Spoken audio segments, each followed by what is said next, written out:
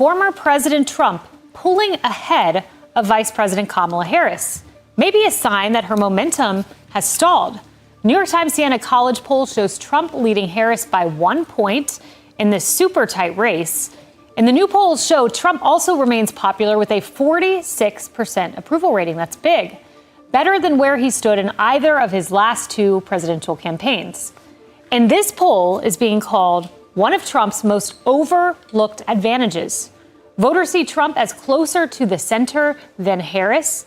And nearly half of all voters say that Harris is too liberal or progressive.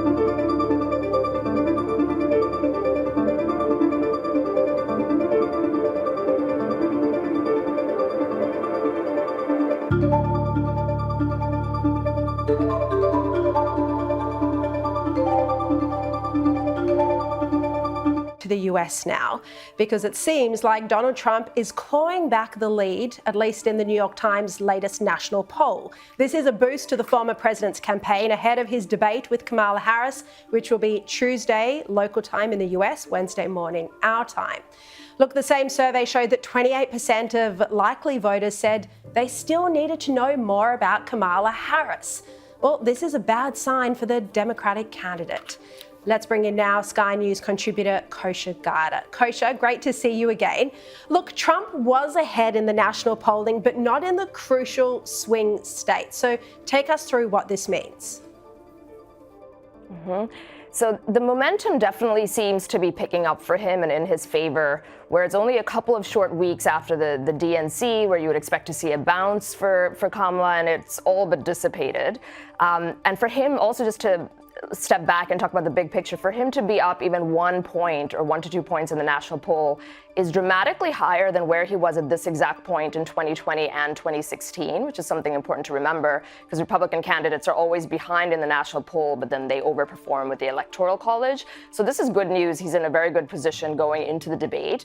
In the swing states, particularly if you look at some of the crosstabs, for those who like to nerd out into the weeds with these polls, he's doing really well with his base, the white working class voter base, where he eroded, a little bit of his support had eroded in 2020. He seems to be pulling them back. And other demographics like black men seem to be holding strong with him. They haven't really shifted towards Kamala Harris despite that. So all in all, I think he's in the best position that he could be in going into tomorrow's debate. Yeah. Look, there's been a lot in the news about the endorsement by the Cheneys for Kamala Harris. Look, they are an influential Republican family, but Liz Cheney has been an enemy of of Trump's for a while. She was on the January 6th Select Committee. She came out against him on the Sunday shows in the US. Have a look. You know, Donald Trump presents a challenge and a threat fundamentally to the Republic. We see it on a daily basis. Somebody who was willing to use violence in order to attempt to seize power, to stay in power. And those comments came after her father, Dick Cheney, released a statement saying, in our nation's 248-year history, there's never been an individual who's a greater threat to our republic than Donald Trump. He can never be trusted with power again. Kosher, yet Kamala Harris welcomed the praise. She said this was an honor. But didn't the Democrats hate Dick Cheney for his role in the Iraq War? Isn't this a bit inconsistent? Yes, you're spot on. There was, I think, social media was ablaze with people retweeting clips by prominent Democrats who were very, very critical of the Bush-Cheney era and that chapter in terms of what it meant for foreign policy and U.S. involvement in these wars. Look, I think talk about an inversion where these endorsements, by and large, don't really move the needle for the large part in a dramatic way, but they're important signals in terms of the pulse of the electorate.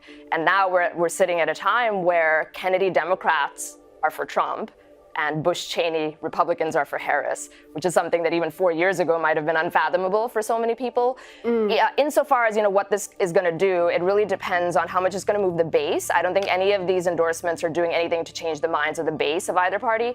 But what are they going to do for independents? I would think that a Kennedy endorsement and Tulsi Gabbard and even non-political figures like Elon Musk, you could see how that could move the needle a little bit for independents in favor of Trump, whereas I just don't think that a Cheney endorsement one way or the other is going to change too many independent minds. Yeah, well, speaking of Elon Musk, Donald Trump has confirmed that there'll be what he calls a government efficiency commission if he wins in November. And he's chosen Elon Musk behind the idea to lead it. Musk has commented on this on his platform X, and he said that he was looking forward to serving America if the opportunity arises. So what do you think of this appointment by Trump of Elon Musk if he wins the presidency? Yeah, I mean, commissions are not magic wands. They have their limitation in terms of how much change they can effectuate. However, the big picture is everybody knows that there is massive government inefficiency all around the world, and the US is at the top of that heap with $36 trillion in debt, huge bloat. And then on the flip side, you think that entrepreneurs and successful entrepreneurs are inherently very, very efficient because they're used to bootstrapping things and they're inherently geared to do much more with much less. So I think in that sense, it's a good thing. Also bringing in outside blood, if you will, people that aren't Washington creatures, haven't come up through politics, is generally a good thing. Getting more fresh thinking from the outside in, that was a hallmark of Trump himself and his campaign in 2016, maybe got lost a little bit in 2020. So I think this is sort of a return to what one of his hallmark features was, of bringing in outsiders who can shift the thinking a little bit. And I think it's net a good thing. Yeah, agreed. A smart move at the very least. All right, Kosher Garda, great to see you again. Thank you.